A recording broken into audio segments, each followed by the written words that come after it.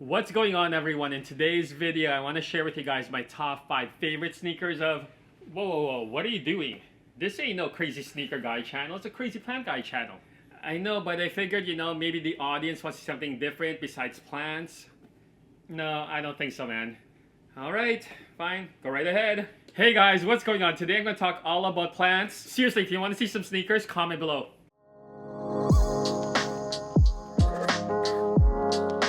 Hey guys, what's going on? Welcome back to my channel. For those who's new, my name is Christian and I'm a crazy plant guy, and in today's video I want to share with you guys 5 houseplants I don't talk much about or feature on this channel or on my Instagram page.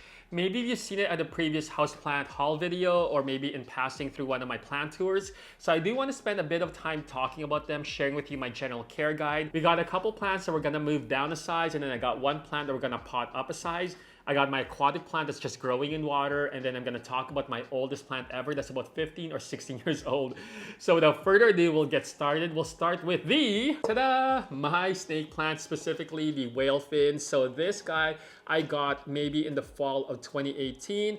I did feature it in my previous houseplant haul video, and when I did first get it, it actually had a pup that we ended up splitting. So this was that pup, and it was originally in a 6-inch container. Now, when I did decide to split it, I actually moved both of them up to an 8-inch container.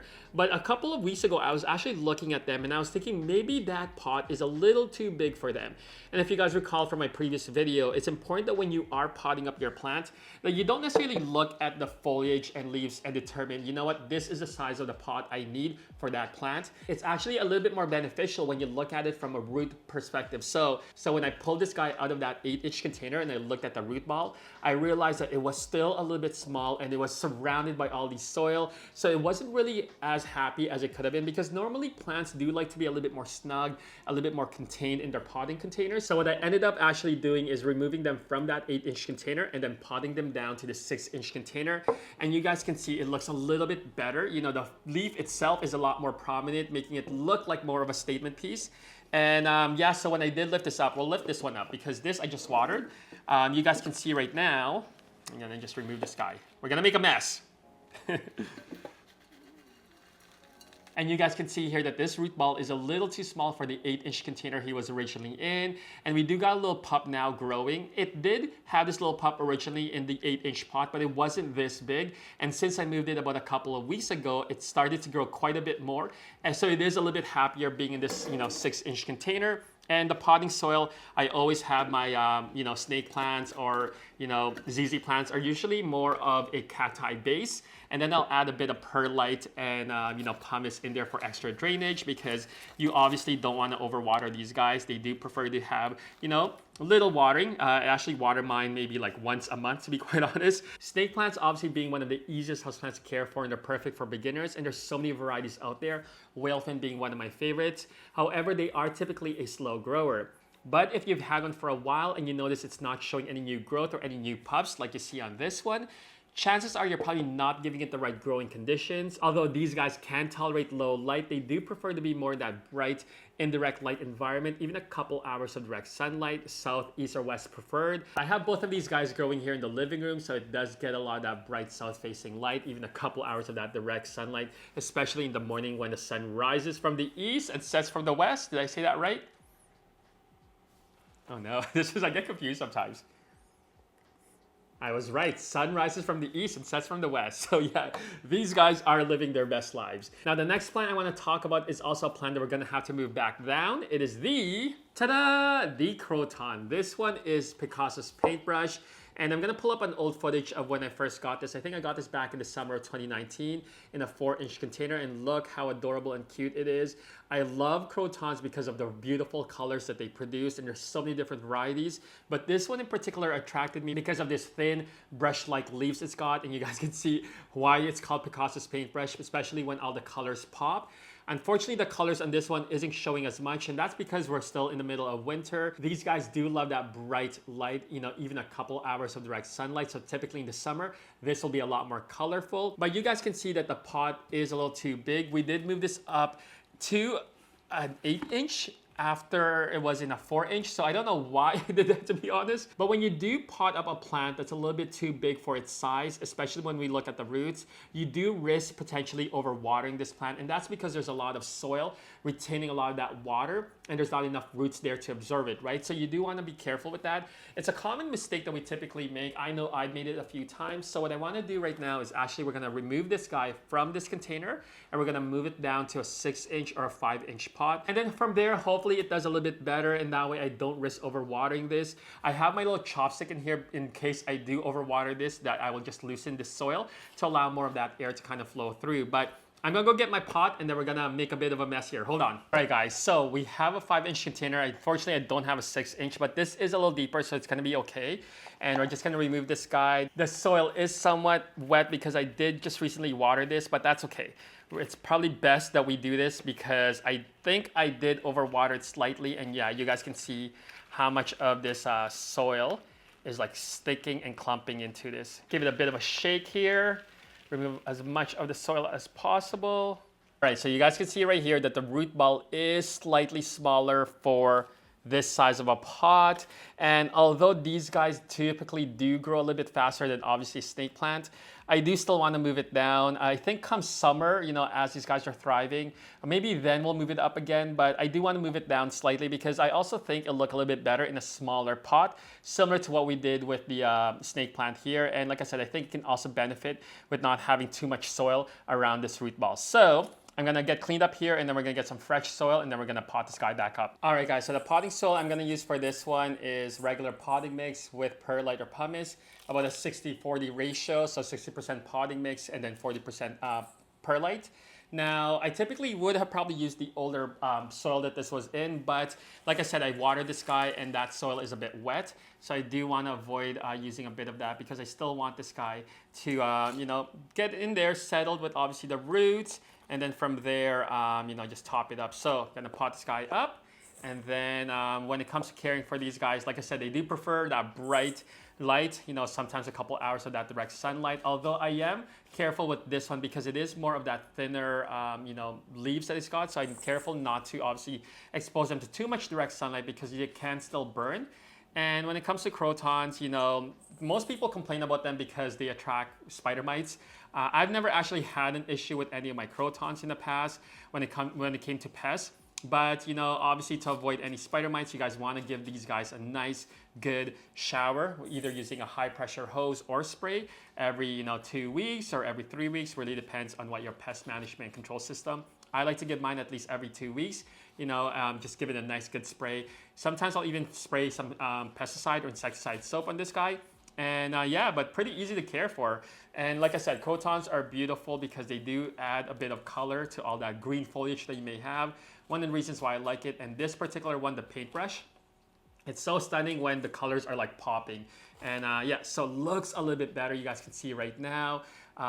Just looks better in a smaller container. You know, sometimes they do benefit more being in a smaller container, not only for the root system, but also just the way it looks when this guy is potted up and put in a decorative pot. You got more of the foliage really showing versus like the pot, you know, consuming a lot of that size it's got going on. But yeah, so this is my croton. Okay, next plant on the list is actually a caudex plant. It is the, ta-da, Dioscorea Elephantipes, also known as an elephant's foot, and it is a caudex-based plant. And I love caudex-based plants. I got a Philanthus mirabilis, a Stephania erecta, and then this one. And I think I got this one last summer, and it's growing and thriving really well. It's actually showing a lot of the roots at the bottom here, so we do want to move this up. Not too big of a size, you know, we don't want to make the same mistake we did with the croton or the snake plant. So we're just going to move it from this 3-inch container to this 4-inch container that you guys see here. And the potting soil we're going to use for this one is similar. This is pretty much potted up in a 50-50 cacti soil and perlite or pumice. So that is what we're going to do today. And I'm just going to lift this guy up. And what makes this plant really cool, and you guys can see here, I don't know if the camera will pick it up, but all those roots are pretty much starting to curl. So good thing that we're gonna move this guy up. But what I love about caudex plant is the fact that you can have, you know, this guy planted halfway down the soil and then the base sticking up. And this pretty much acts like an axis for the foliage at the top to grow. And this one in particular is more of a vining plant. So you guys can see all these vines trailing, and it's producing these heart-shaped curly leaves. And then, you know, below the base of it is obviously where the roots are growing from.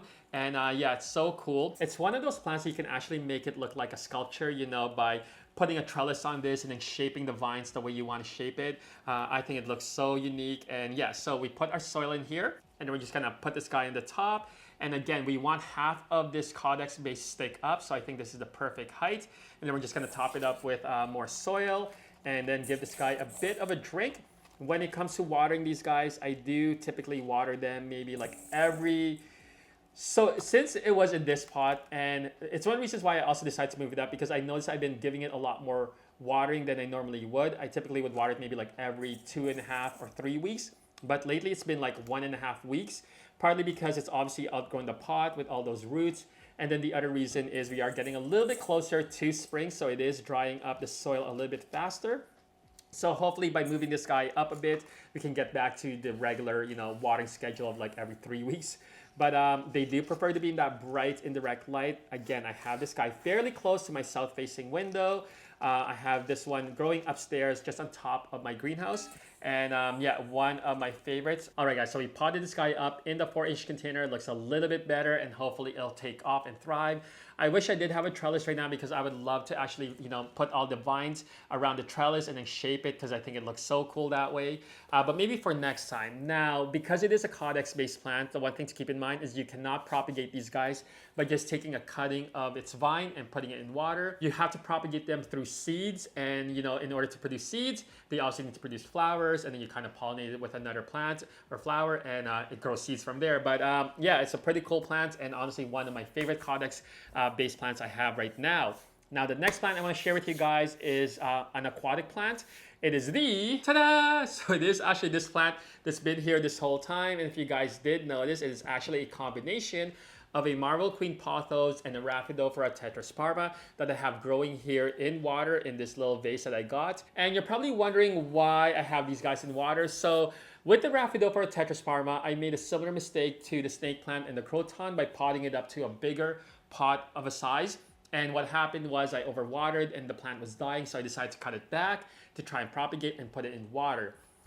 Pothos, I did the same thing. I cut it back and put it in water, but I have it growing in my bathroom, and I kind of just left it there. And it's been in water for a good maybe 6 months now, and it's loving it. And you guys can grow a few houseplants in water. There's a few of them that I've done in the past. You guys know my Monstera from Walmart that I saved from thrips by cutting the node and cutting a piece of the vine and putting it in water. That guy is with my friend right now. I gave it to him, and he's had it for almost 2 years, and it's growing and thriving, and you guys can see the footage right here. I did a houseplant update video on that plant. But pothos you can leave in water all its life. You know, Raphidophora tetrasparma, Aglomina. There's so many plants you can actually have growing in water. And the cool thing about having it grow in water is, you know, you don't have soil. You know, soil does attract pests. And what's pretty cool about this particular plant is I have it in my bathroom, which doesn't have any windows. It gets maybe very low light when I have doors open, you know, from my south-facing window, but it's all the way in the other side of the room. And the only light it gets is when I do turn on my light in the bathroom, which I did replace, you know, the regular light bulb with a full spectrum grow light bulb. So yeah, but it's loving it being in water. I don't fertilize it. I don't have to water this often. I just got to make sure that that water is topped up and that the roots are always submerged in water. But yeah, I love it. I love the look of aquatic plants, and I wish I kept my Monstera in water that I give to my friend because it looks so cool in his living room right now. And if you guys have seen my Raphidophora tetrasparma and you're wondering why you don't see it, it's because I have it growing in water and it is in the bathroom. So pretty cool. Now, the last plant I want to share with you guys is my oldest plant ever. It is 16 years old. It is the, ta-da, my jasmine plant. So I really don't talk much about my jasmine, and that's because, you know, it's not looking the best right now. Obviously, these types of plants are tropical or subtropical plants. They typically are grown outdoors, partially shade or full sun. And I have mine growing indoors, and there is a backstory to this plant. So I do plan on doing a full detailed video on the jasmine plant, how to care for it indoors, how to prune, how to cut, how to promote the flowers, which is what they are known for. It produces these beautiful white flowers that is honestly one of my favorite scents in the world. And this does remind me back at home because it is a national flower of the Philippines. But the backstory on this plant is this was a cutting I took from my mom and my grandpa's plant that I gave them when it was a tiny little plant about 16 years ago. And I took a cutting of it when I moved out of my mom's place. And I've had it since then. Now, obviously, you probably expected it to be a little bit bigger. And the reason why it's not as big is because it's actually been in the same container for maybe 12 years, to be honest. I've never repotted because I actually am trying to control the growth of it. So making it more look like a bonsai, but it is a pretty cool plant. Because it is a tropical plant that prefers a lot of that bright indirect light, I do have this guy really, really close to my south-facing window. In fact, it's literally like touching the glass. And typically in the winter time, all the leaves are gonna drop. And normally I don't worry about that because I know the plant is alive and you can produce foliage again by just pruning it before heading into the spring, which is what I plan to do. But again, we're gonna do a much more detailed video on how to care for it really soon. I'm just waiting it to produce a little bit more of these buds that you guys see. So it is producing a bit of flowers right now. And the reason why I got this guy to produce flowers is because I did actually prune this one maybe a month ago because I was noticing that, it was starting to grow leaves and it wasn't like dropping like it normally would have in previous winters. Honestly, one of my favorite plants, and even though it's not the most beautiful one, I love this plant and it's gonna be with me till I die. That is a commitment and promise I have for this plant. But yeah, so those are the 5 plants I want to share with you guys and just give a little bit of feature, give a bit of screen time because I feel like I don't really share or talk much about them. Hopefully you guys enjoyed this little video. Comment below and let me know if you have any of these plants or if you are growing any aquatic plants in your collection right now, or what's your oldest plant that you have in your collection. I'm actually curious to find out. Other than that, enjoy the rest of your weekend and we'll see you guys soon. Peace.